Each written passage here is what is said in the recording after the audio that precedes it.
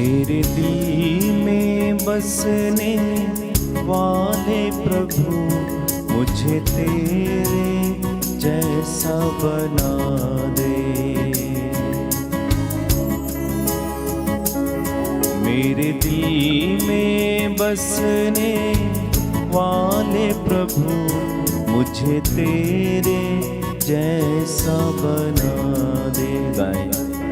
मेरे दिल में बसने वाले प्रभु मुझे तेरे जैसा बना दे। मेरे दिल में बसने वाले प्रभु मुझे तेरे जैसा बना दे। दिल में बसने वाले प्रभु मुझे तेरे जैसा बना दे। तेरे प्रेम से मुझे भर दे, तेरी शांति से मुझे भर दे। तेरे प्रेम से मुझे भर दे, तेरी शांति से मुझे भर दे। मुझे तेरे जैसा बना दे, मुझे तेरे जैसा बना दे। मेरे दिल में बसने वाले प्रभु मुझे तेरे जैसा बना दे। दिल में बसने वाले प्रभु मुझे तेरे जैसा बना दे। मेरे दिल में बसने वाले प्रभु मुझे तेरे जैसा बना दे। मेरे दिल में बसने वाले प्रभु मुझे तेरे जैसा बना दे। तेरी शांति से मुझे भर दे, तेरे आनंद से मुझे भर दे। तेरी शांति से मुझे भर दे, तेरे आनंद से मुझे भर दे। मुझे तेरे जैसा बना दे, मुझे तेरे जैसा बना दे। मेरे दिल में बसने वाले प्रभु मुझे तेरे जैसा बना दे। में बसने वाले प्रभु मुझे तेरे जैसा बना दे। मेरे दिल में बसने वाले प्रभु मुझे तेरे जैसा बना दे। मेरे दिल में बसने वाले प्रभु मुझे तेरे जैसा बना दे। मुझे तेरे जैसा बना दे। मुझे तेरे जैसा बना दे। मेरे भाई मेरी बहन, मैं आप सभी का स्वागत करना चाहता हूं आज की इस प्रार्थना में। प्रभु आप सभी को आशीष दे और उसका अनुग्रह आप सबों पर हमेशा हमेशा बना रहे। हम प्रभु जैसे बने, यही प्रभु की इच्छा है। अगर आप सुसमाचार पढ़ेंगे, चारों सुसमाचार मत्ती, मार्कुस, लूकस, यूहन्ना, वहां पर यीशु बार बार ये इच्छा जाहिर करते हैं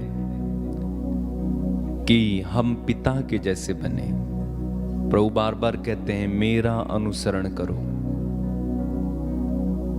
स्वर्गिक पिता के जैसे बनो।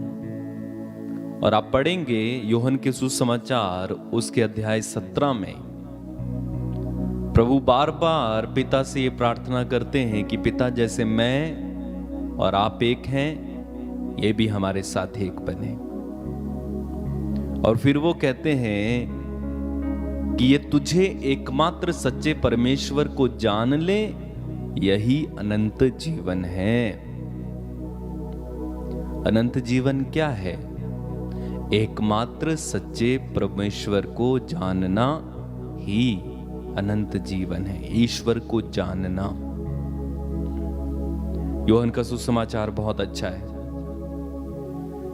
जब आप उस सुसमाचार को पढ़ेंगे आपको बहुत सारी बातें, बहुत ज्ञान की बातें, गहरी बातें मिलेंगी।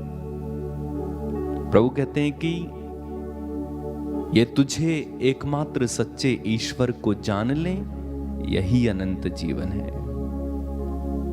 कई बार हमारे दिमाग में अनंत जीवन का ख्याल आते ही या सुनते ही, अनंत जीवन सुनते ही क्या ख्याल आते हैं? स्वर्ग राज होगा, दूत होंगे, अनंत काल तक स्वर्ग। वास्तव में अनंत जीवन क्या है? प्रभु यीशु ने बताया, एकमात्र सच्चे ईश्वर को जानना। और यदि हम ईश्वर को जान लेते हैं, ईश्वर हम में है और हम उनमें हैं, यही अनंत जीवन है, यही आनंद है। तो हमें परमेश्वर को लगातार जानने की कोशिश करना चाहिए। उनके बारे में हमें प्रार्थना में जानने को मिलेगा, वचन में जानने को मिलेगा। जितना हम ईश्वर की खोज करेंगे उतना प्रभु अपने रहस्यों को हम पर प्रकट करते हैं। आप पढ़ेंगे यिर्मयाह के ग्रंथ उसके अध्याय 33 वाक्य 3 में, वहां पर प्रभु क्या कहते हैं? तुम मुझे पुकारो, मैं तुम्हें उत्तर दूंगा। आगे कहते हैं कि मैं तुम्हें ऐसी महान तथा रहस्यमयी बातें बताऊंगा, रहस्यमयी, जिन्हें तुम नहीं जानते हो। तो बताने वाला कौन है? रहस्य प्रकट करने वाला परमेश्वर है। तो इसलिए हमें उस परमेश्वर को जानने की कोशिश करना चाहिए। मांगना प्रार्थना में और चिल्लाना और जोर जोर से हालेलुया बोलना काफी नहीं है। हमें ईश्वर को जानना है। एक भाई से हम मिले थे कुछ समय पहले, विश्वासी हैं, मसीही नहीं है, पहले शुरू से विश्वासी हैं। बाद में उन्हें यीशु को जानने का मौका मिला और उस भाई के घर में एक बार हम गए। आप जानते हैं, उसने यीशु के बारे में इतना सर्च किया कि उसकी इच्छा हो गई कि यीशु को देखना है। और वो रो रो कर प्रार्थना करता था, प्रभु मुझे आपको देखना है, देखना है। एक दिन दोनों पति पत्नी सो रहे थे, पत्नी सो रही थी, ये उठकर प्रार्थना करने लगा, प्रभु मुझे देखना है। प्रभु का दर्शन इसे हुआ। यीशु ने कहा, मैं ही मार्ग सत्य जीवन हूं, मेरा अनुसरण करना। खुश हो गया। उसके बाद इन्होंने अपना फोन, अपना लैपटॉप, अपना जो कुछ उसके पास साधन थे, सब के सब परमेश्वर के लिए उन्होंने इस्तेमाल किए। और उन्होंने एक एक करके दिखाया कि उन्होंने यीशु के बारे में कितना सर्च किया है। प्रभु ने आज मुझे ये बताया। तो जानना, हम मसीही लोग केवल रोजरी कर ली, केवल वचन बोल लिया, केवल हालेलुया चिल्ला दिया, काफी नहीं है। ईश्वर को जानना चाहिए। तो आइए सबसे पहले हम परमेश्वर की स्तुति करें और स्तुति में, आराधना में लीन हो जाओ और कोशिश करें हम परमेश्वर को जानें, एकमात्र सच्चे परमेश्वर को जाने। आइए प्रभु की आराधना करें। इस समय गीत गाएं, तारीफ करें परमेश्वर की मेरे साथ। तो आप प्रार्थना में लीन हो जाओ, तब प्रभु हम पर रहस्यों को प्रकट करते हैं। प्रार्थना करेंगे इस समय।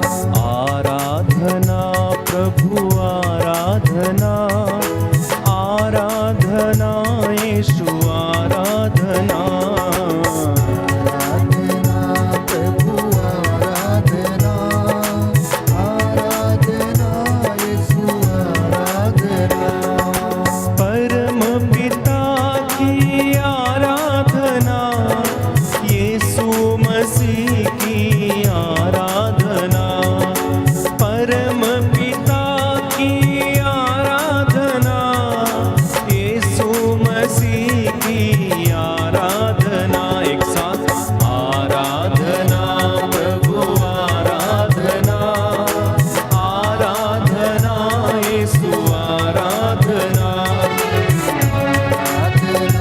प्रभु आराधना, आराधना यीशु आराधना, ईश्वर यीशु आराधना, मेरे मसीहा आराधना, ईश्वर यीशु आराधना, मेरे मसीहा आराधना, आराधना प्रभु आराधना, आराधना यीशु आराधना, आराधना प्रभु आराधना, आराधना यीशु आराधना, शक्तिदाता आराधना, शांति प्रदाता आराधना,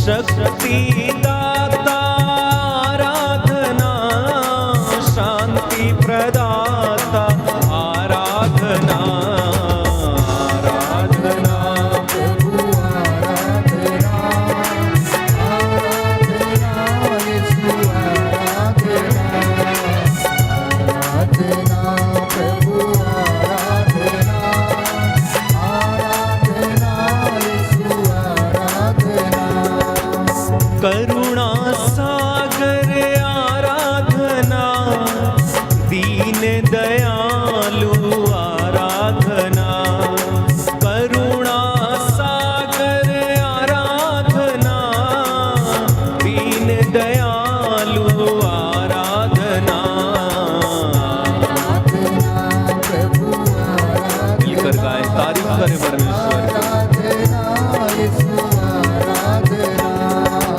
आराधना प्रभु आराधना, आराधना यीशु आराधना, और एक बार मिलके आराधना प्रभु आराधना, आराधना यीशु आराधना, संकट मोचन आराधना, पाप निवारण आराधना, संकट मोचन आराधना, पाप निवारण आराधना, आराधना प्रभु आराधना, धन्यवाद यीशु। आराधना यीशु आराधना, ओ आराधना प्रभु आराधना, आराधना यीशु आराधना,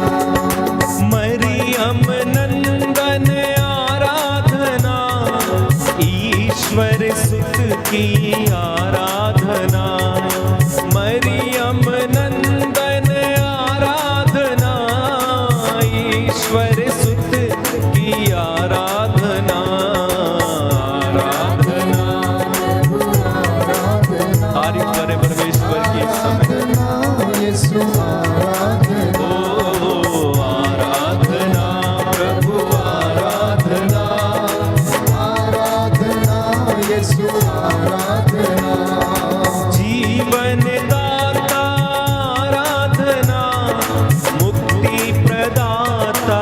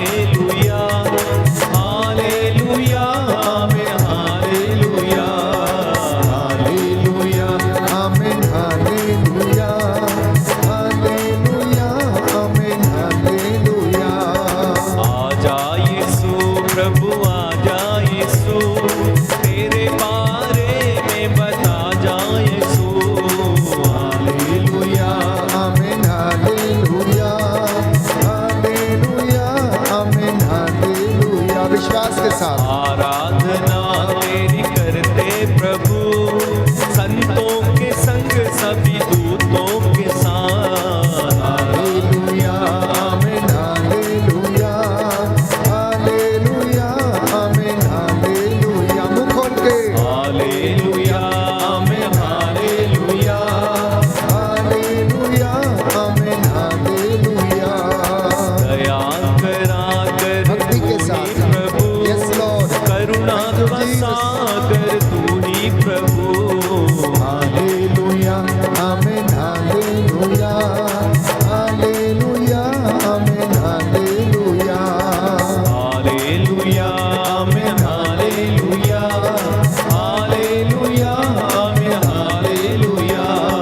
हालेलुया आमीन हालेलुया हालेलुया आमीन हालेलुया। हालेलुया हालेलुया हालेलुया हालेलुया हालेलुया हालेलुया हालेलुया हालेलुया हालेलुया हालेलुया हालेलुया हालेलुया हालेलुया हालेलुया हालेलुया हालेलुया हालेलुया हालेलुया हालेलुया दया का स्वागर यीशु मसीह, हालेलुया हालेलुया करुणा का सागर यीशु मसीह, हालेलुया हालेलुया मुक्ति का स्वामी यीशु मसीह, हालेलुया हालेलुया सारी पवित्रता यीशु मसीह, हालेलुया हालेलुया राजाओं का राजा यीशु मसीह, हालेलुया हालेलुया प्रभुओं का प्रभु यीशु मसीह, हालेलुया हालेलुया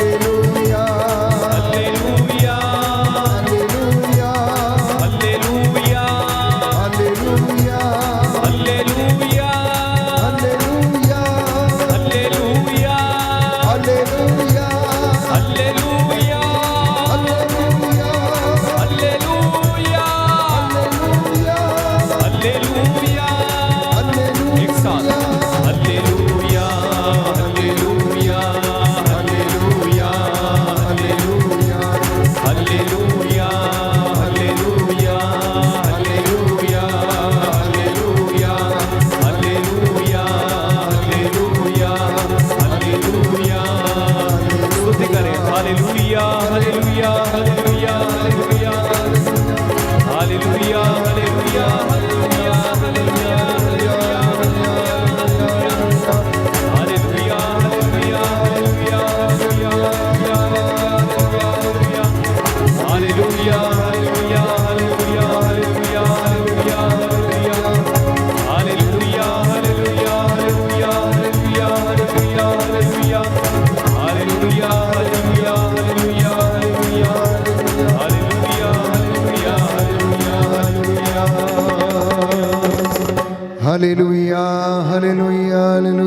धन्यवाद यीशु, धन्यवाद यीशु तेरी पावन उपस्थिति के लिए। धन्यवाद पिता परमेश्वर तेरे इस महान वरदान के लिए जो तूने हमें दिया कि हम तेरी हजूरी में बैठकर तेरी आराधना कर सकें, तेरी महिमा गा सकें। धन्यवाद पवित्र आत्मा तेरी प्रेरणा के लिए। धन्यवाद प्रभु यीशु इस पावन संस्कार में उपस्थित होने के लिए। तेरा वादा है जहां पर 2 या 3 मेरे नाम से एकत्र होंगे मैं उनके बीच में हाजिर रहूंगा। तेरे ये बेटे बेटियां इस वक्त जहां कहीं भी हैं, अपने घरों में या फिर यात्रा कर रहे हैं, तेरे नाम से एकत्र हो गए हैं। इनके बीच में हाजिर होने की कृपा कर। इनके घरों को आशीष दे, इनके बच्चों को आशीष दे जो इस वक्त विश्राम के लिए घर लौट रहे हैं। हे प्रभु यीशु, ये तेरा आतिथ्य सत्कार कर सके।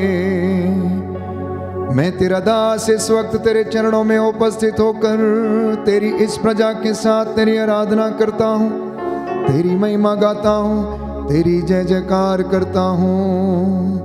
हालेलुया हालेलुया हालेलुया हालेलुया हालेलुया हालेलुया हालेलुया हालेलुया हालेलुया हालेलुया हालेलुया हालेलुया हालेलुया। सारे बंधन खुल जाएं, रोगी चंगे हो जाएं।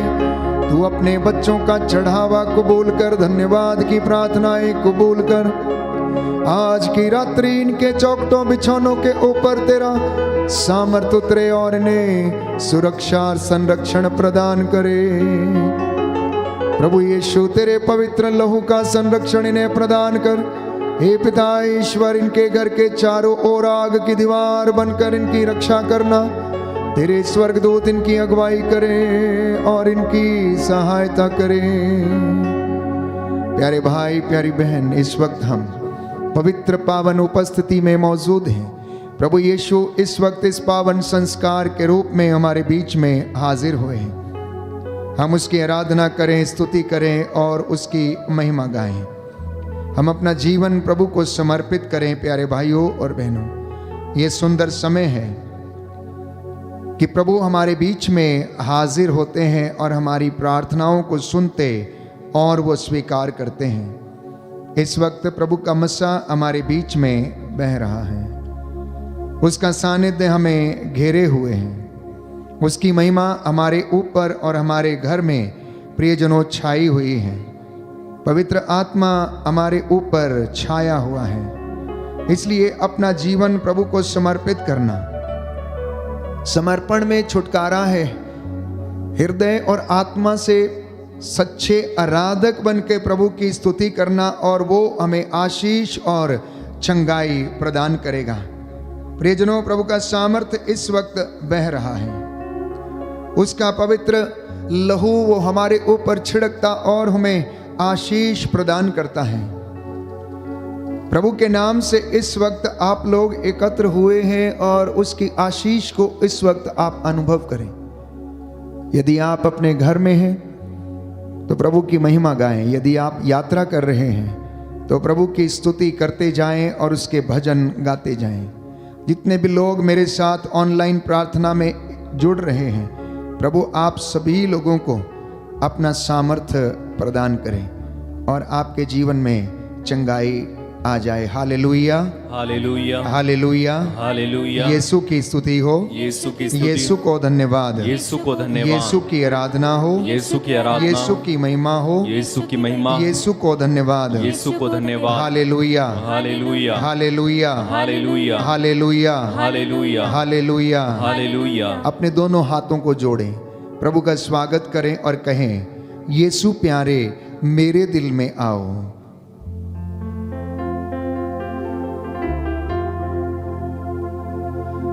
यीशु प्यारे मेरे दिल में आओ, मेरे दिल में आओ, मुझे भी अपना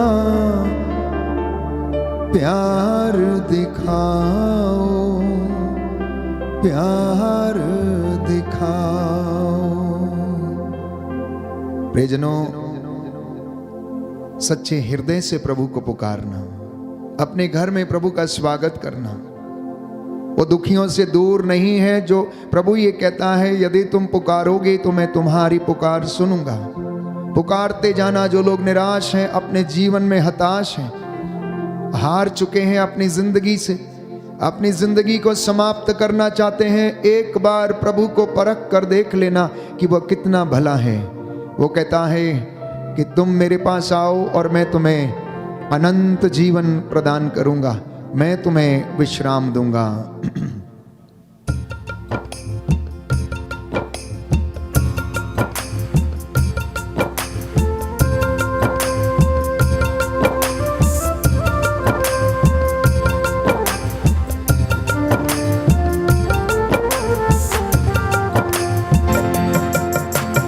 यीशु प्यारे मेरे दिल में आओ, मेरे दिल में आओ।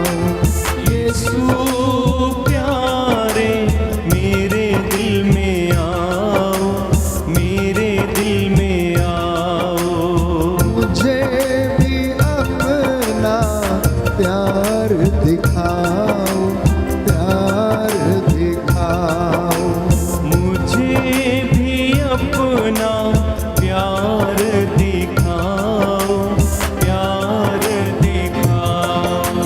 क्षमा करो मुझ पापी को, चंगा करो मुझ रोगी को, क्षमा करो मुझ पापी को, चंगा करो मुझ रोगी को।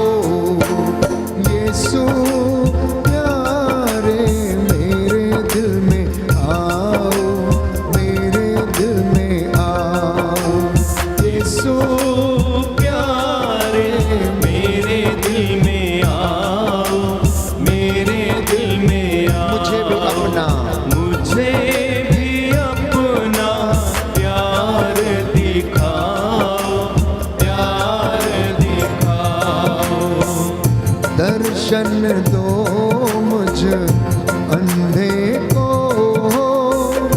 आशीष दो मुझ निर्बल को। दर्शन दो मुझ अंधे को, आशीष दो मुझ निर्बल को। यीशु प्यारे मेरे दिल में आओ, मेरे दिल में आओ। यीशु प्यारे मेरे दिल में आओ, मेरे दिल में आओ। मुझे भी अपना प्यार दिखाओ, प्यार दिखाओ। मुझे भी अपना प्यार दिखाओ, प्यार दिखाओ। सहारा दो मुझ निर्बल को, ज्योति जला मेरे राहों में। सहारा दो मुझ निर्बल पल को ज्योति जला मेरी राहों में। यीशु प्यारे मेरे दिल में आओ, मेरे दिल में आओ। यीशु प्यारे मेरे दिल में आओ, मेरे दिल में आओ। मुझे भी अपना प्यार दिखाओ, प्यार दिखाओ। मुझे भी अपना प्यार दिखाओ, प्यार दिखाओ, प्यार दिखाओ, प्यार दिखाओ। प्यार दिखाओ। हालेलुया, हालेलुया, हालेलुया। हालेलुया। प्रभु का वचन कहता है, प्रभु का वचन कहता है, फिलिपियों का पत्र फिलिपियों का पत्र अध्याय 4 अध्याय 4 पद संख्या 6, पद संख्या 6। किसी बात की चिंता न करें, किसी बात की चिंता न करें, हर जरूरत में प्रार्थना करें हर जरूरत में प्रार्थना और करें, विनय तथा और विनय तथा धन्यवाद के साथ धन्यवाद के साथ ईश्वर के सामने ईश्वर के सामने अपने निवेदन प्रस्तुत करें। अपने निवेदन प्रस्तुत करें। हालेलुया। हालेलुया। संत याकूब का पत्र संत याकूब का पत्र अध्याय 5 अध्याय 5 पद संख्या 13, पद संख्या 13। प्रभु का वचन कहता है, प्रभु का वचन कहता है, यदि आप लोगों में यदि आप लोगों में कोई कष्ट में हो कोई कष्ट में हो तो वह प्रार्थना करे, तो वह प्रार्थना करे, कोई प्रसन्न हो तो वह प्रसन्न हो, तो वह भजन गाए, तो वह भजन गाए, कोई अस्वस्थ हो कोई अस्वस्थ हो तो कलीसिया के अध्यक्षों को बुलाए तो कलीसिया के अध्यक्षों को बुलाए, और वे प्रभु के नाम पर और वे प्रभु के नाम पर उस पर तेल का विलेपन करने के बाद उस पर तेल का विलेपन करने के बाद उसके लिए प्रार्थना करें। उसके लिए प्रार्थना करें। हालेलुया। हालेलुया। वह विश्वासपूर्ण प्रार्थना वह विश्वासपूर्ण प्रार्थना रोगी को बचाएगी रोगी को बचाएगी, और प्रभु उसे और प्रभु उसे स्वास्थ्य प्रदान करेगा। स्वास्थ्य प्रदान करेगा। यदि उसने पाप किया है यदि उसने पाप किया तो है, उसे क्षमा मिलेगी। तो उसे क्षमा मिलेगी। हालेलुया, हालेलुया। हालेलुया, हालेलुया। हालेलुया। हालेलुया। संत पौलुस कहता है, संत पौलुस कहता है, तिमोथी का पहला पत्र तिमोथी का पहला पत्र अध्याय 2 अध्याय 2 पद संख्या पद 1, संख्या 1। मैं सबसे पहले मैं सबसे पहले यह अनुरोध करता हूँ यह अनुरोध करता कि हूँ सभी मनुष्यों के लिए, सभी मनुष्यों के लिए, विशेष रूप से राजाओं विशेष रूप से राजा और अधिकारियों के लिए और अधिकारियों के लिए अनुनय विनय, अनुनय विनय, प्रार्थना तथा निवेदन प्रार्थना तथा निवेदन और धन्यवाद और धन्यवाद अर्पित किया जाए, अर्पित किया जाए, जिससे हम भक्ति तथा मर्यादा के साथ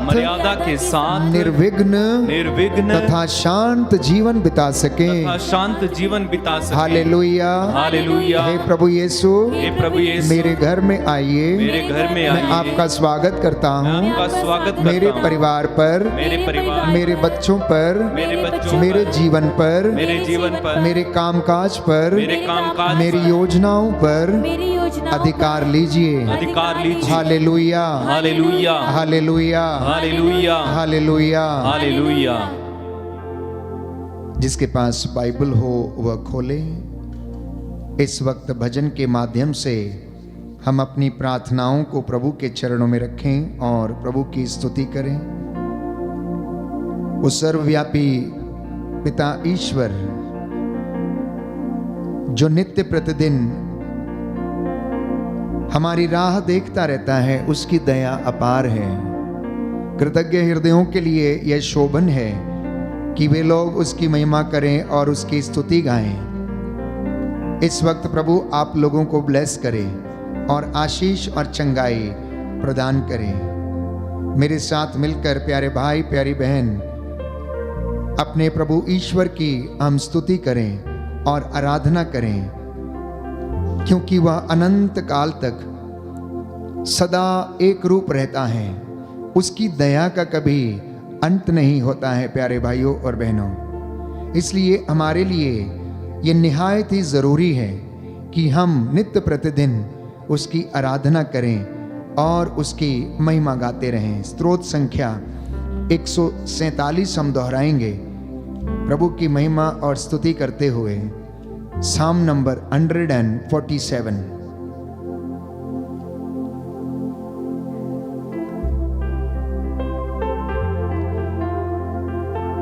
हालेलुया, अपने ईश्वर का भजन गाना कितना अच्छा है। हालेलुया, अपने ईश्वर का भजन गाना कितना अच्छा है।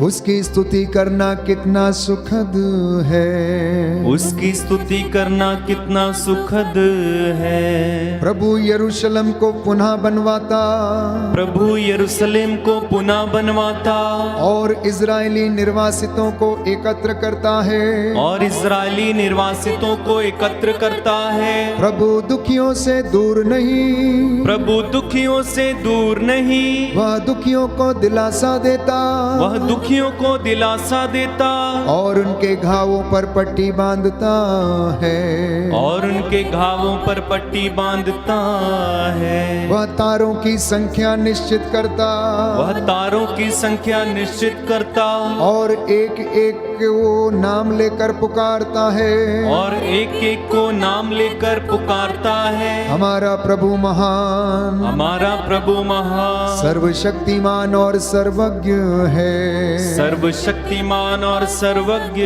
है। वह दीनों को संभालता, वह दीनों को संभालता और विधर्मियों को नीचे गिराता है। और विधर्मियों को नीचे गिराता है। धन्यवाद देते हुए प्रभु का गीत गाओ, धन्यवाद देते हुए प्रभु का गीत गाओ। सितार बजाते हुए प्रभु का भजन सुनाओ। सितार बजाते हुए प्रभु का भजन सुनाओ। वह आकाश को बादलों से आच्छादित करता, वह आकाश को बादलों से आच्छादित करता, पृथ्वी पर पानी बरसाता, पृथ्वी पर पानी बरसाता और पर्वतों पर घास उगाता है। और पर्वतों पर घास उगाता है। वह पशुओं को चारा देता है, वह पशुओं को चारा देता है। और कौओं के बच्चों को भी, और कौओं के बच्चों को भी, जो उसे पुकारते हैं। जो उसे पुकारते हैं। वह युद्धाश्व की शक्ति पर प्रसन्न नहीं होता, वह युद्धाश्व की शक्ति पर प्रसन्न नहीं होता, और मनुष्यों के बल को महत्व नहीं देता, और मनुष्यों के बल को महत्व नहीं देता।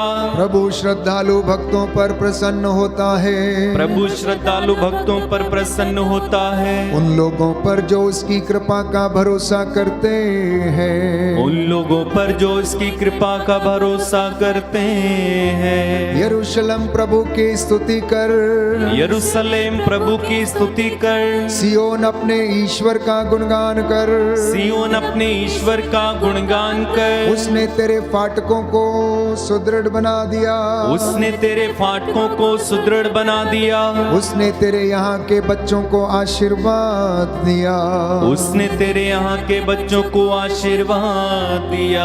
वह तेरे प्रांतों में शांति बनाए रखता, वह तेरे प्रांतों में शांति बनाए रखता। और तुझे उत्तम गेहूं से तृप्त करता है, और तुझे उत्तम गेहूं से तृप्त करता है। वह पृथ्वी को अपना आदेश देता है, वह पृथ्वी को अपना आदेश देता है। उसकी वाणी शीघ्र ही फैल जाती है, उसकी वाणी शीघ्र ही फैल जाती है। वह ऊन की तरह हिम बरसाता है, वह ऊन की तरह हिम बरसाता है। और राख की तरह पाला गिराता है, और राख की तरह पाला गिराता है। वह ओले के कण छितराता, वह ओले के कण छितराता। ठंड के सामने कौन टिक सकता है, ठंड के सामने कौन टिक सकता है। वह आदेश देता है, वह आदेश देता है। और बर्फ पिघलती है, और बर्फ पिघलती है। वह पवन भेजता है और जलधाराएं बहती हैं, वह पन भेजता है और जलधाराएं बहती है। वह याकूब को अपना आदेश देता, वह याकूब को अपना आदेश देता। और इज़राइल के लिए अपना विधान घोषित करता है, और इज़राइल के लिए अपना विधान घोषित करता है। उसने किसी अन्य राष्ट्र के लिए ऐसा नहीं किया, उसने किसी अन्य राष्ट्र के लिए ऐसा नहीं किया।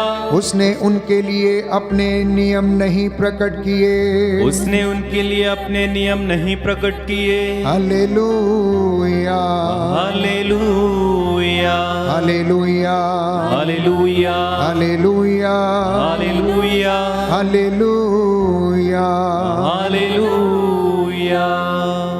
कुछ क्षण मौन हो जाएं, मन ही मन अपनी मन्नतों को प्रभु के हाथों में समर्पित करें और इस वक्त हम पवित्र आत्मा की अगुवाई मांगें। पवित्र आत्मा आ, मुझे ले चल यीशु के चरणों में। पवित्र आत्मा आ, मैं अपने हाथों को उठाता हूँ, सिर्फ तेरे लिए अपने हाथों को उठाता हूँ। मैं तेरी महिमा गाता हूँ प्रभु, मैं तेरी आराधना करता हूँ, मैं तेरी स्तुति करता हूँ।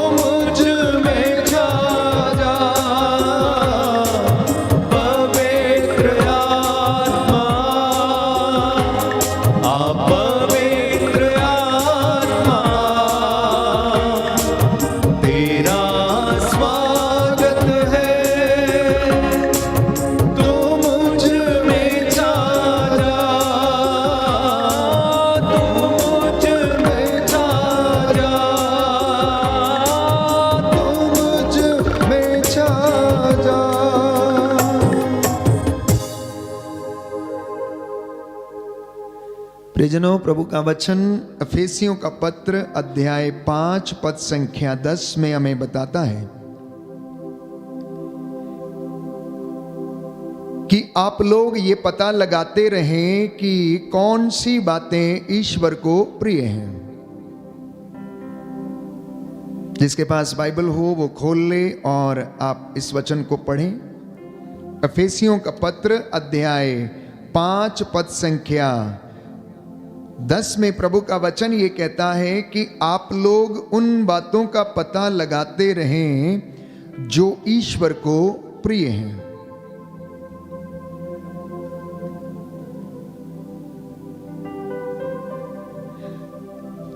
लोग जो व्यर्थ के काम अंधकार में करते हैं उनसे आप लोग दूर रहें और उनकी बुराई को प्रकट करें।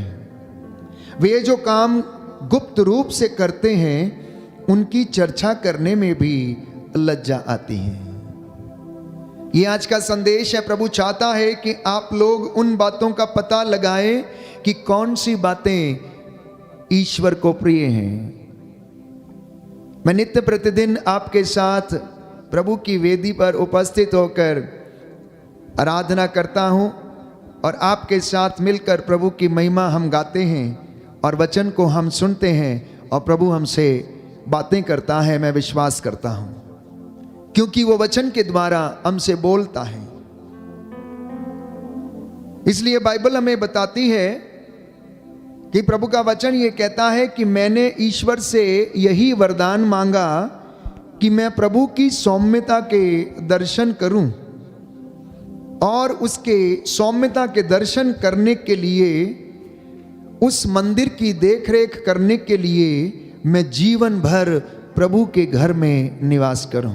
यह स्रोतकार की इच्छा थी, यह सामिस्ट की इच्छा थी, जो ये लिखता है कि मैंने परमेश्वर से केवल एक ही वरदान मांगा कि मैं प्रभु के दर्शन करने के लिए और उसके मंदिर की देखभाल करने के लिए, उसकी सौम्यता को देखने के लिए, उसका स्वरूप देखने के लिए उसके घर में निवास करूं।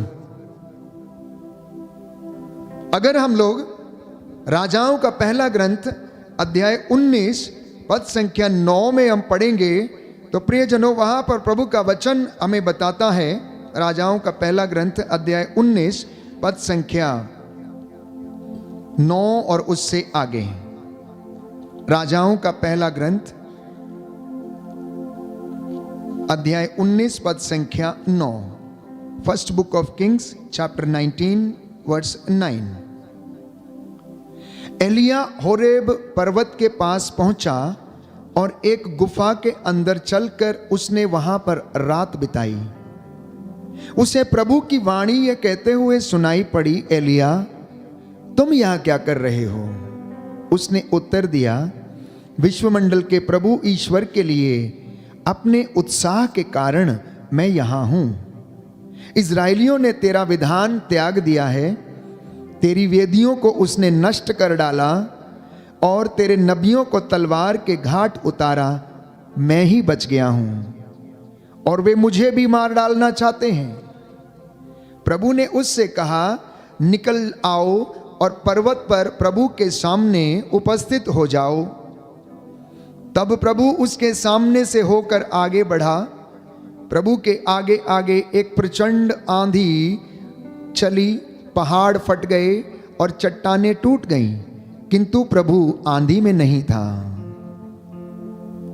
आंधी के बाद भूकंप हुआ, किंतु प्रभु भूकंप में नहीं था। भूकंप के बाद अग्नि दिखाई पड़ी, किंतु प्रभु अग्नि में भी नहीं था। अग्नि के बाद मंद समीर की सरसराहट सुनाई पड़ी। एलिया ने यह सुनकर अपना मुंह चादर से ढक लिया और वह बाहर निकलकर गुफा के द्वार पर खड़ा हो गया। तब उसे एक वाणी यह कहते हुए सुनाई पड़ी, एलिया तुम यहां पर क्या कर रहे हो? उसने उत्तर दिया, विश्वमंडल के प्रभु ईश्वर के लिए अपने उत्साह के कारण मैं यहां हूं। इजराइलियों ने तेरा विधान त्याग दिया, तेरी वेदियों को नष्ट कर डाला, तेरे नबियों को तलवार के घाट उतार दिया। मैं ही बच गया हूं और वे मुझे भी मार डालना चाहते हैं। प्रभु ने उससे कहा, जाओ, जिस रास्ते से आए हो उसी से दमिश्क की मरुभूमि लौट के राजा के रूप में और निमशी के पुत्र येहू का इज़राइल के राजा के रूप में अभिषेक करो। इस वृत्तांत का विषय प्यारे भाइयों और बहनों ये है कि परमेश्वर की आवाज एकांत में सुनाई देती है। इसलिए यीशु दिन भर काम समाप्त करने के बाद, लोगों को चंगा करने के बाद, वचन कहता है आदत के अनुसार। कैसा? आदत के अनुसार। ये उनकी आदत थी, रोज संध्या समय एकांत में जाकर पिता से बातें करना, पिता से प्रार्थना करना, पिता से मशवरा करना, पिता को धन्यवाद देना कि आज जितने भी चमत्कार परमेश्वर ने पवित्र आत्मा के सामर्थ्य से यीशु के द्वारा दिखाए गए उसके लिए धन्यवाद देना। और बाइबल कहती है ईसा आदत के अनुसार पहाड़ी पर प्रार्थना करने के लिए गए, एकांत में प्रार्थना करने के लिए गए। और वचन हमें बताता है कि एलिया ने मंदिर में जाकर प्रभु के दर्शन किए मंद समीर के रूप में। हवा का झोंका उसको आया और उसको छू कर चला गया उसके तन बदन को। और प्यारे भाइयों और बहनों, उसने प्रभु के सामर्थ्य को अनुभव किया। एक युवक अपने गुरु के पास गया, उसका गुरु जंगल में रहता था। जब वो जंगल में गया तो वो बड़ा विचलित हो गया और अपने गुरु से कहने लगा, आप जंगल में यहां पर क्या करते हो? तो गुरुजी ने उससे पूछा कि तुम क्या सुन रहे हो, तुम क्या सुन रहे हो यहां पर? तो वो कहता है कि मुझे तो बड़ा शोर सुनाई दे रहा है, मुझे बहुत शोर सुनाई दे रहा है। ये पेड़ों की आवाज, ये इतना शोरगुल है कि मैं यहां पर कुछ भी सुनने में असमर्थ हूं। प्यारे भाइयों और बहनों, फिर से वो पूछता है कि गुरुजी आप क्या सुन रहे हो, आप क्या करते हो यहां पर? तो गुरुजी ने कहा कि तुम में और मुझ में एक ही फर्क है, तुम शोरगुल सुन रहे हो और मैं पपीहे की आवाज सुन रहा हूं।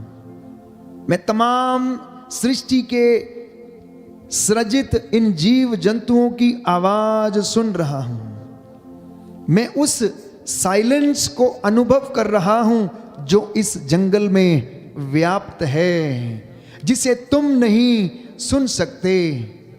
मैं डाली के घिसने की आवाज को सुन रहा हूं, जो नट्स ऊपर से गिर रहे हैं, चिड़ियों की आवाज और जेंटल ब्रीज जो बह रही है, मैं उसको सुन रहा हूं। But you run away from silence. तुम साइलेंस से दूर भाग रहे हो, इसलिए केवल तुम्हें शोरगुल सुनाई देता है। You are not able to reflect, you are not able to sit in silence. प्यारे भाइयों और बहनों, जब तक कोई व्यक्ति शांत होकर नहीं बैठेगा, उसके अंदर हलचल बनी रहेगी और वह किसी नतीजे पर नहीं पहुंचेगा, उसका मन अशांत रहेगा। आप अपने घर में एक एक्सपेरिमेंट करके देखना कि आप एक बाल्टी या एक टब में पानी डालना और उसमें एक सिक्का डालना और उसके बाद पानी को खूब हिला देना और उस सिक्के को देखने की कोशिश करना उस हिलते हुए पानी में। आप नहीं देख पाएंगे उसको, लेकिन जैसे जैसे पानी का हिलना बंद होता है, वो शांत होने लगता है, थम जाता है, तो आप उसके अंदर की गहराई को देख सकते हैं, उसके अंदर पड़े हुए सिक्के को देख सकते हैं। यही बात इंसानी जीवन में है प्यारे भाई और बहनों। यही बात हमारे जीवन में भी है कि जब इंसान शांत रहता है, उसका स्वभाव जब शांत रहता है, वो सोचता है, मनन चिंतन करता है, मेडिटेशन में बैठता है, साधना करता है, तपस्या करता है, तो बहुत सारे रहस्य उसके जीवन में खुलने लगते हैं। प्रभु उससे बातें करने लगता है। आज हमारी प्रार्थना का एटीट्यूड क्या है, हमारी प्रार्थना का व्यवहार क्या है।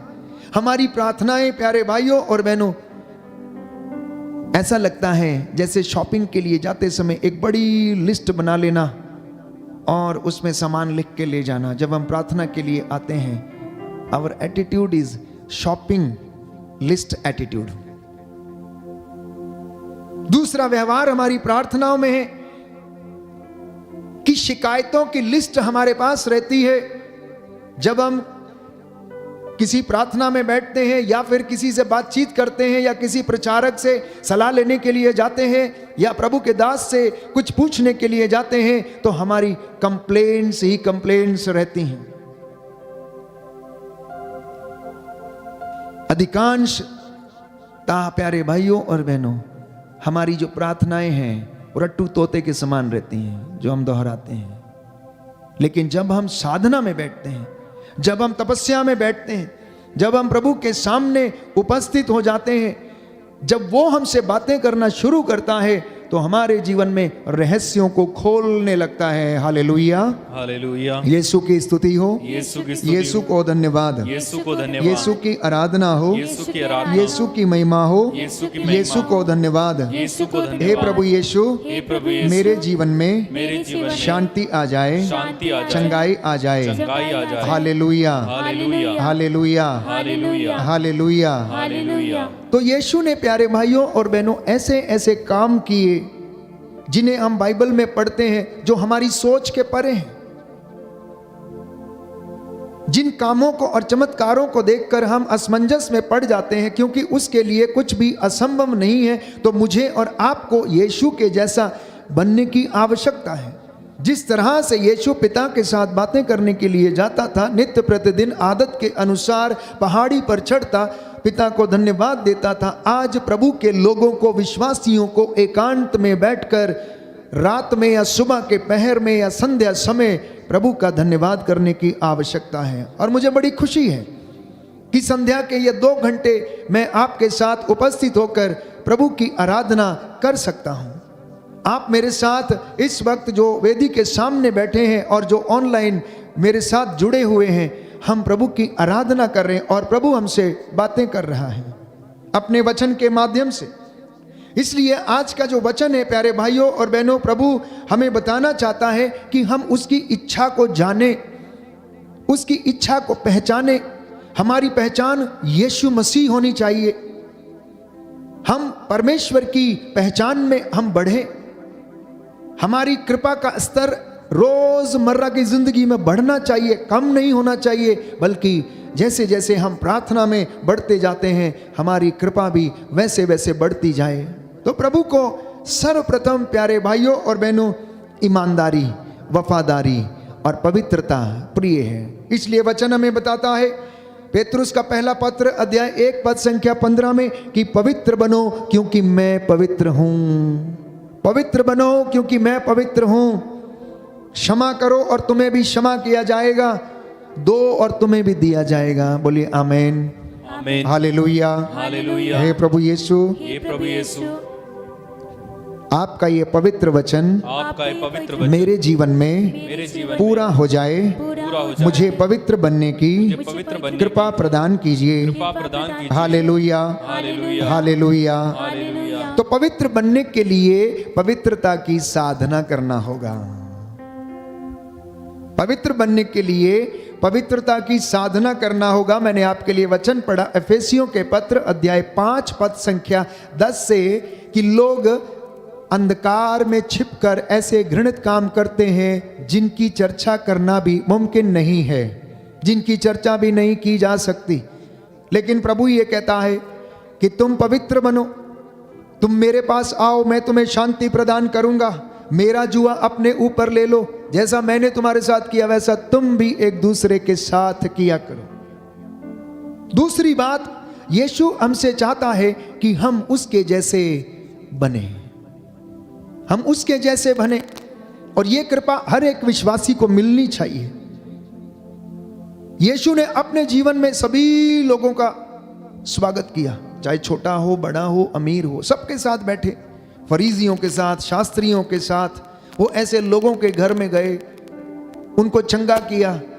और फरीसी और शास्त्री उन पर अभियोग लगाया करते थे और कहते थे ये तो पियक्कड़ों के साथ बैठता है, उनके साथ खाता पीता और उठता बैठता है।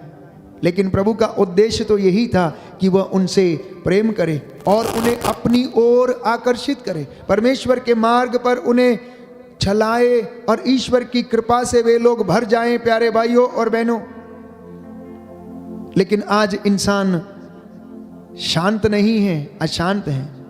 वो एक ऐसी दौड़ में है जहां पर उसे कुछ समझ में नहीं आता। आज दुनिया दौड़ती चली जा रही पर जानती नहीं कि कहां जा रही है। अपने आप से कभी पूछ के देखिए कि हमारी जिंदगी की रफ्तार इतनी तेज है कि हम बहुत सारी महत्वपूर्ण बातों को भूल जाते हैं। हम सुबह को घर निकलते, शाम को वापस आते हैं और सुबह को फिर उठते और वही काम करते हैं। इंसान ऐसा लगता है कि जिंदगी की इस दौड़ में खोता चला जा रहा है।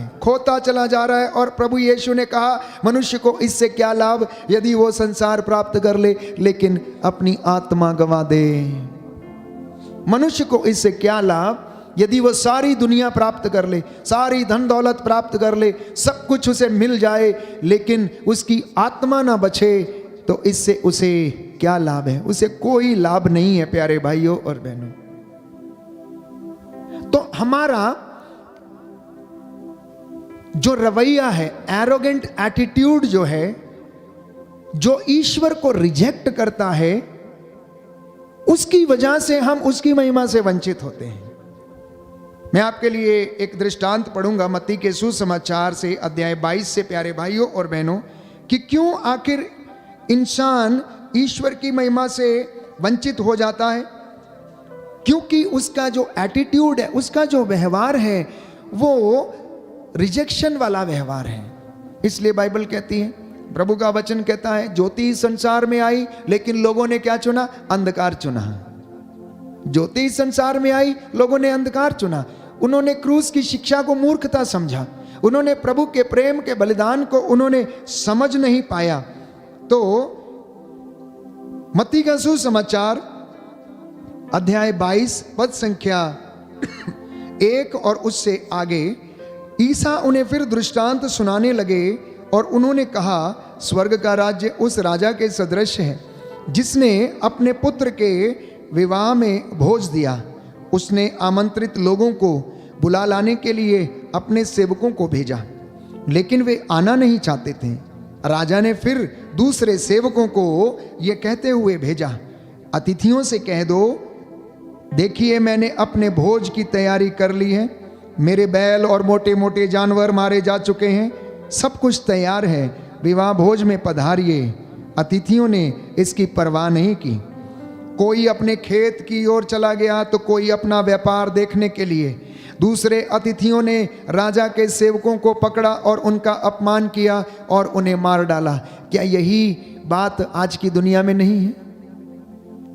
क्या यही सिलसिला आज लोगों के जीवन में नहीं है? हर व्यक्ति अपने अपने काम में मशगूल है, अपने अपने काम में।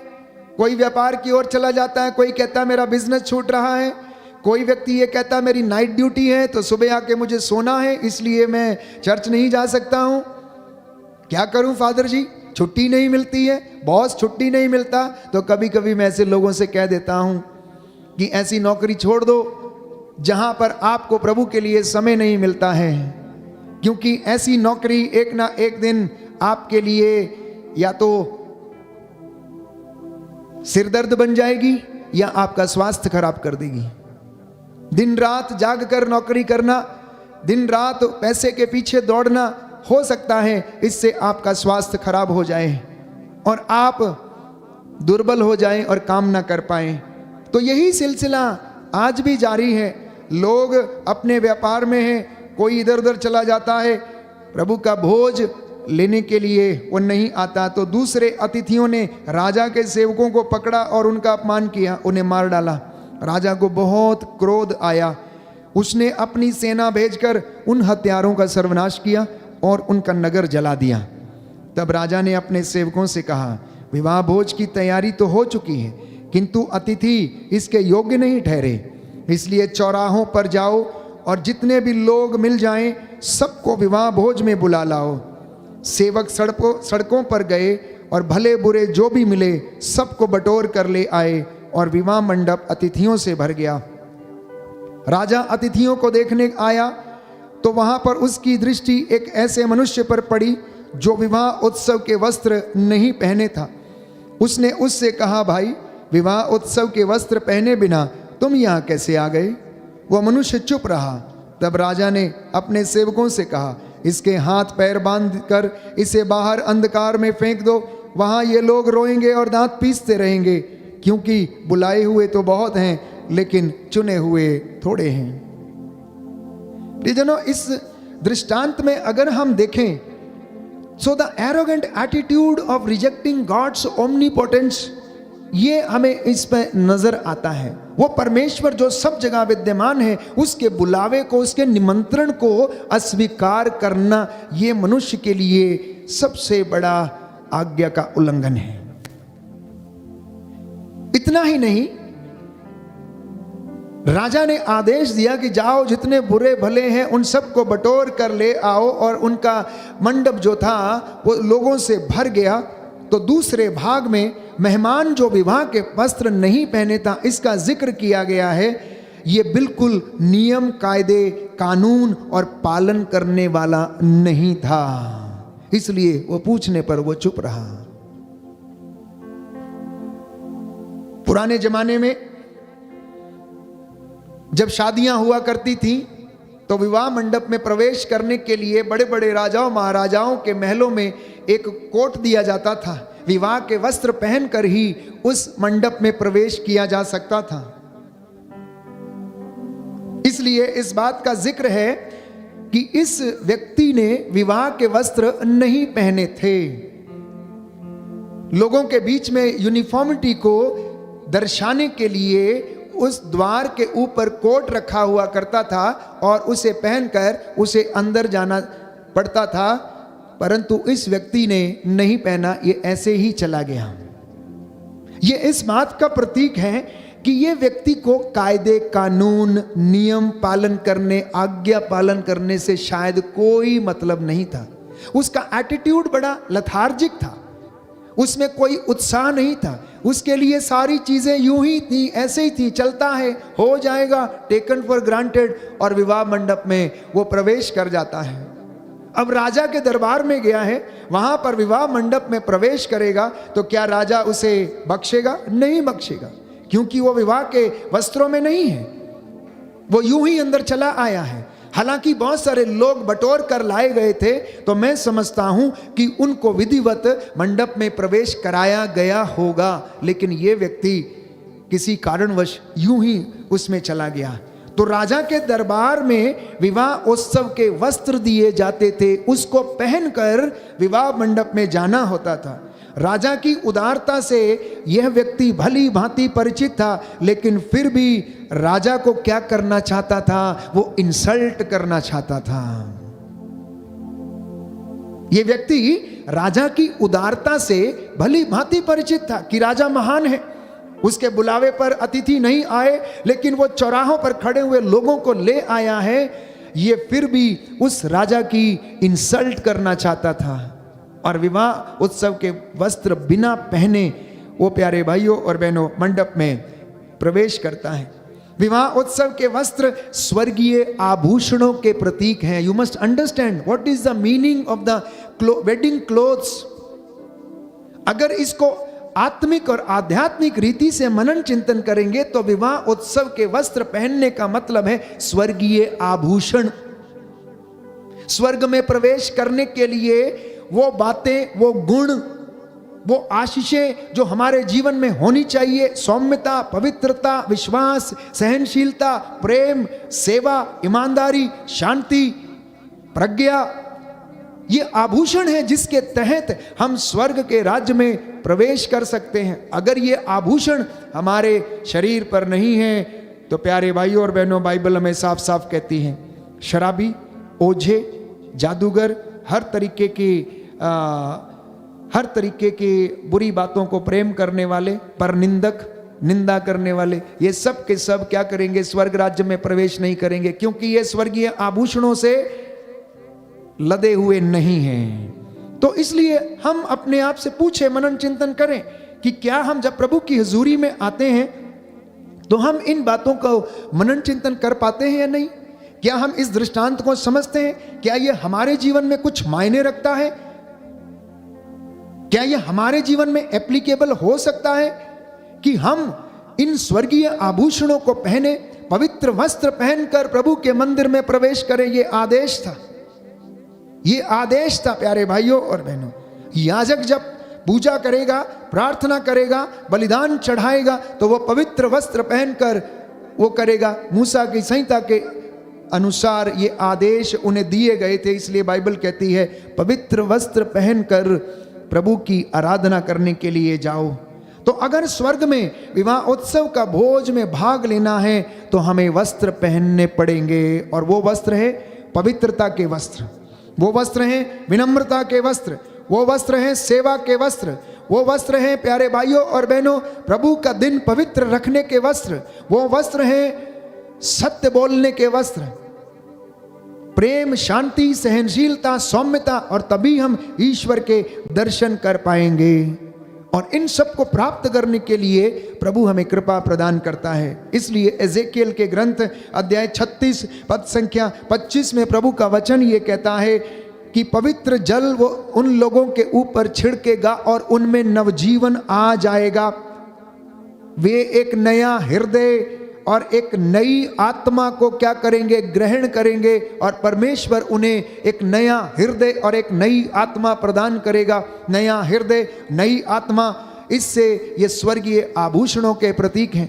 पुराना सब कुछ समाप्त होता, नया हमारे जीवन में आने लगता है। इसलिए आज प्रभु से प्रार्थना करना प्यारे भाइयों और बहनों कि प्रभु यीशु तू मुझे अपने जैसा बना, मैं तेरे जैसा दिख सकूं, तेरे जैसा चल सकूं। एक सुंदर गीत है, हम गाते हैं, प्रभु यीशु तू मुझे अपने जैसा बना, तेरी तरह चल सकूं, तेरी तरह मैं दिख सकूं, तेरी आवाज को मैं सुनूं, तेरे वचन पर चलूं, छोटी भेड़ की तरह मैं तेरे पीछे चलूं। इस गीत को हम गाएंगे और इसी के साथ हम प्रभु से प्रार्थना करेंगे, निवेदन करेंगे कि प्रभु आज के ये वचन जो आपने मुझसे बोले हैं मैं इनके अनुसार जीवन बिता सकूं।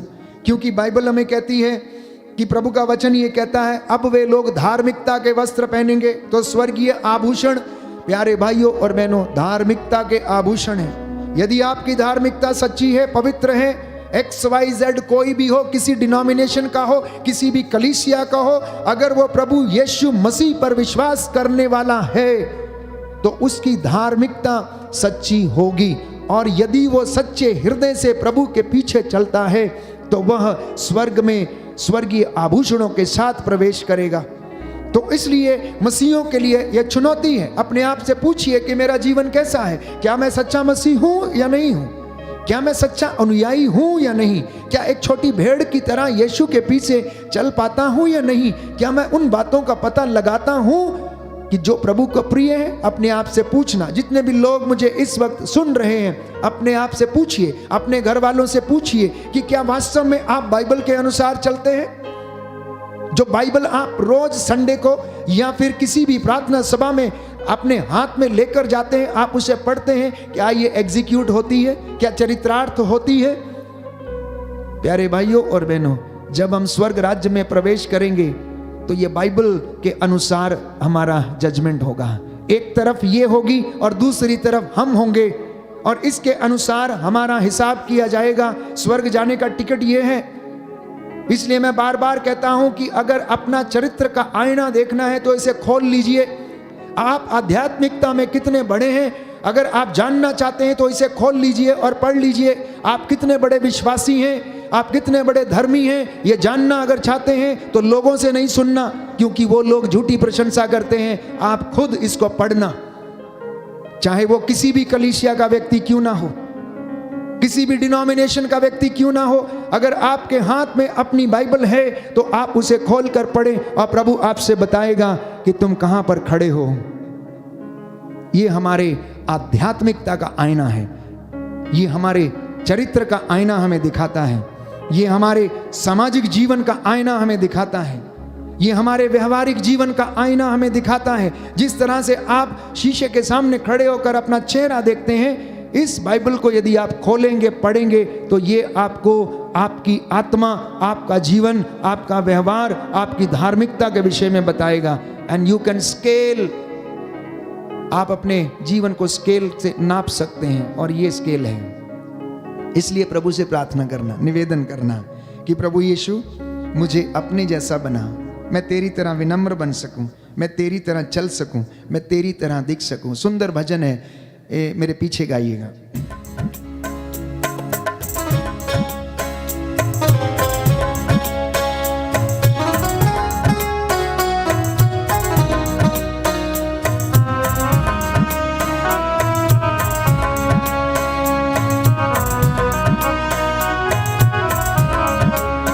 प्रभु यीशु तू मुझे अपने जैसा बना, प्रभु यीशु तू मुझे अपने जैसा बना, तेरी तरह चल सकूं, तेरी तरह दिख सकूं, तेरी तरह चल सकूं, तेरी तरह दिख सकूं।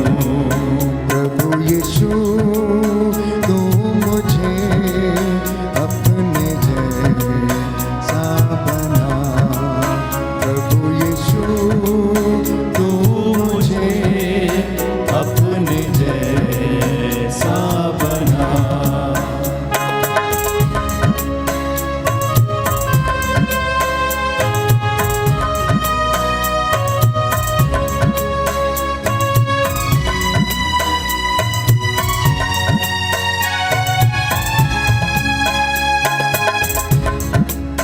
तेरी आवाज सुनूं, तेरे वचन पे चलो, तेरी आवाज सुनो, तेरे वचन पे चलो, छोटी भेड़ की तरह मैं तेरे पीछे चलूं, छोटी भेड़ की तरह मैं तेरे पीछे चलूं, तेरी गवाही दूं, तेरी महिमा गाऊं, तेरी गवाही दूं, तेरी महिमा गाऊं, तेरे प्रेम को प्रभु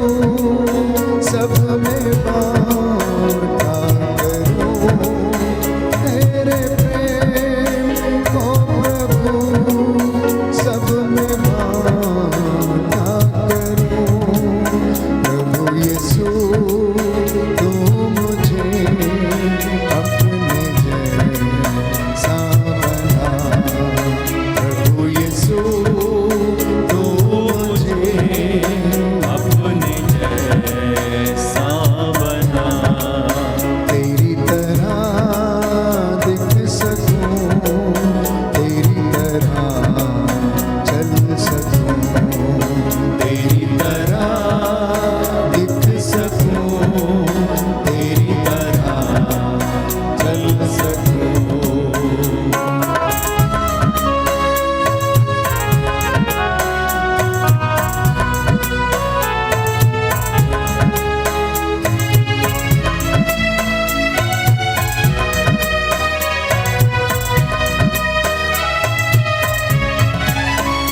तेरा प्यार प्रभु मुझे लुभाता रहे, तेरा प्यार प्रभु मुझे लुभाता रहे, आत्मा से तेरे जीवन मेरा भरता रहे, आत्मा से तेरे जीवन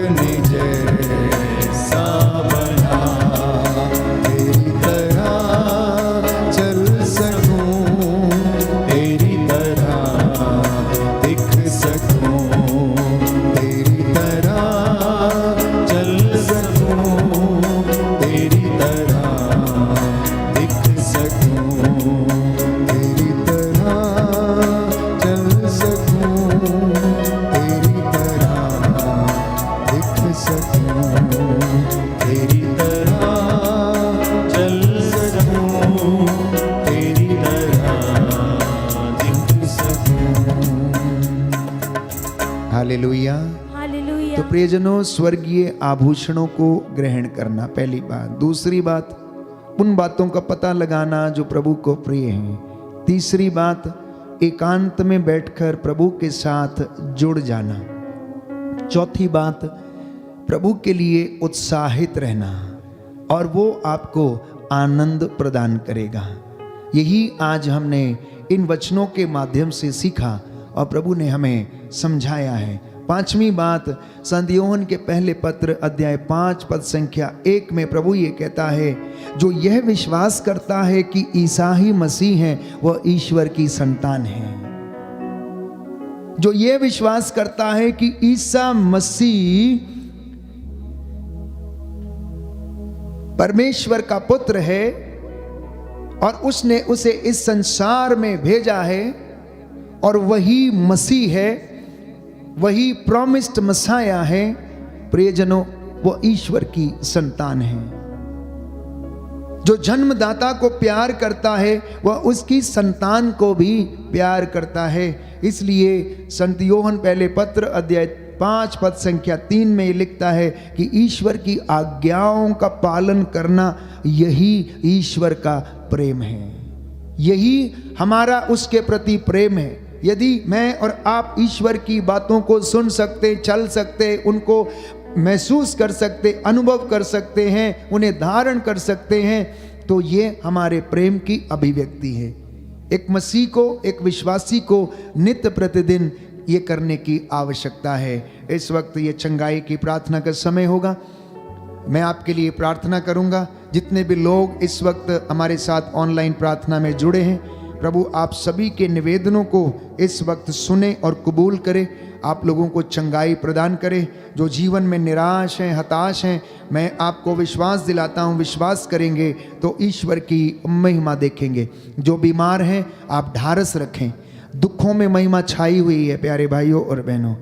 प्रभु कहता है मेरे इन बच्चों को ढारस बंधाओ, मैं इन्हें चंगा कर दूंगा, मैं इनके घावों पर पट्टी बांधूंगा, मैं इनके घावों को अब भर दूंगा। आइए हम खड़े हो जाएं, ताली बजाकर प्रभु की स्तुति करें, उसकी महिमा गाएं, और वह चंगाई दाता प्रभु हमें आशीष और रूह का दुगना मसा प्रदान करें। आप सभी लोग आगे आ जाएं।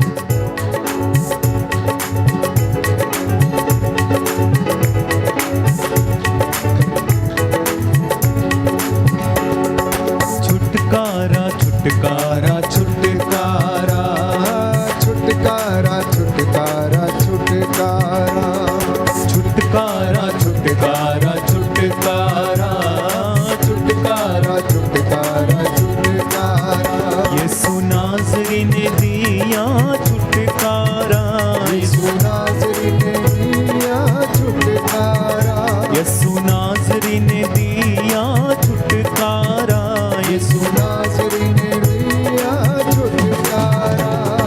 छुटकारा छुटकारा छुटकारा छुटकारा छुटकारा छुटकारा शैतान से फना से बुराई से, शैतान से गुनाह से बुराई से, शैतान के हर एक बंधन से, शैतान के हर एक बंधन से छुटकारा छुटकारा छुटकारा छुटकारा छुटकारा छुटकारा यीशु नाज़री ने दिया छुटकारा, यीशु नाज़री ने दिया छुटकारा, यीशु नाज़री ने दिया छुटकारा, यीशु नाज़री ने दिया छुटकारा। छुटकारा छुटकारा छुटकारा छुटकारा छुटकारा छुटकारा शैतान की हर एक बातों से, शैतान की हर एक बातों से, शैतान के हर एक बंधन से, शैतान के हर एक बंधन से एक साथ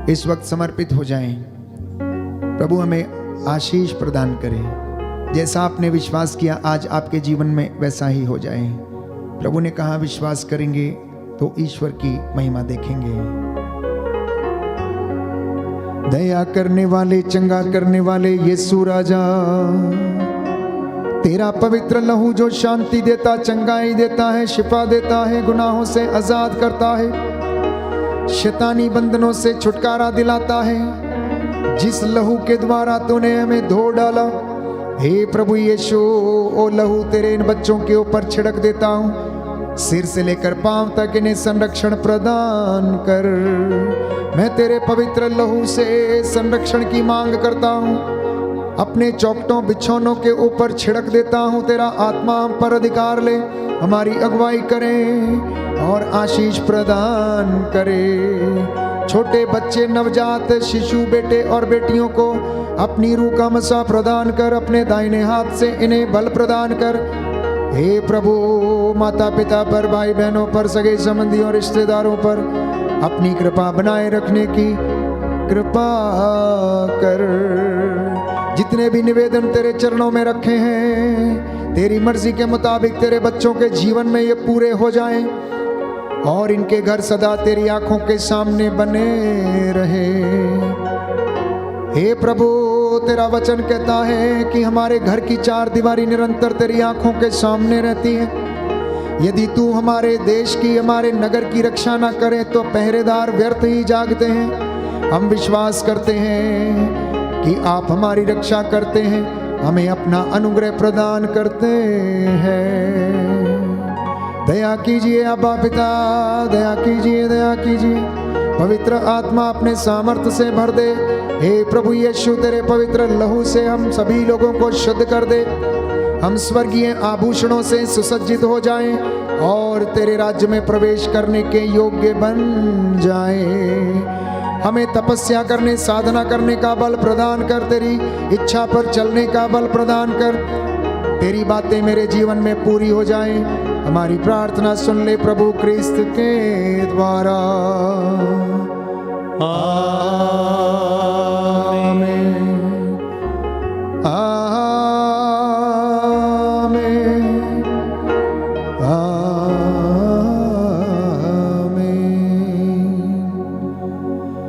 पवित्र पवित्र परम प्रसाद की आराधना हो, स्तुति हो, महिमा हो सदा सर्वदा। बड़ी भक्ति और विश्वास के साथ आराधना करेंगे। पवित्र परम प्रसाद की आराधना हो, स्तुति हो, महिमा हो सदा सर्वदा। पवित्र परम प्रसाद की आराधना हो, स्तुति हो, महिमा हो सदा सर्वदा।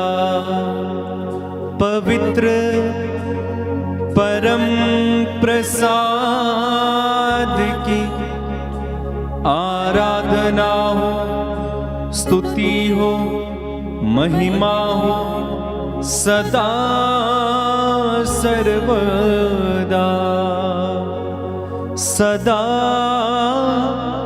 सर्वदा।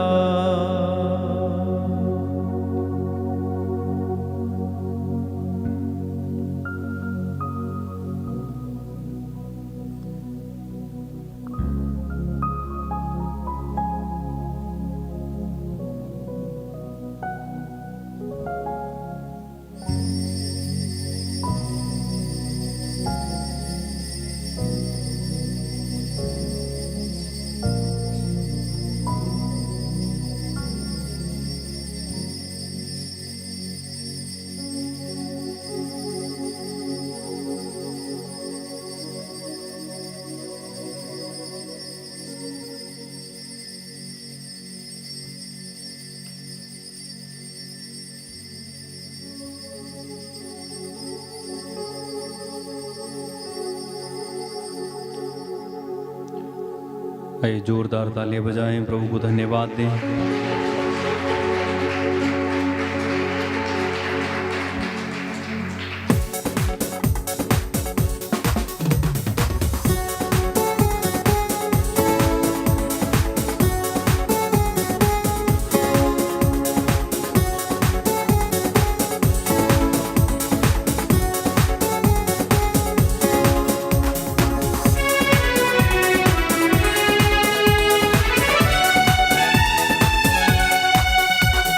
मेरे इस दिल में यीशु आ गया, धीरे धीरे मैं तो उसका हो गया। मेरे इस दिल में यीशु आ गया, धीरे धीरे मैं तो उसका हो गया। चाहे भूख हो, चाहे प्यास हो, भूख हो, चाहे प्यास हो, चाहे धूप हो, चाहे छाव हो, चाहे धूप हो, चाहे छाँव हो, कोई भी मुझे उसके प्यार से, कोई भी मुझे उसके प्यार से अलग कभी नहीं कर सकता। मेरे इस दिल में यीशु आ गया, धीरे धीरे मैं तो उसका हो गया। मेरे इस दिल में यीशु आ गया, धीरे में उसका हो गया। बोलो प्रभु यीशु मसीह के नाम की जय।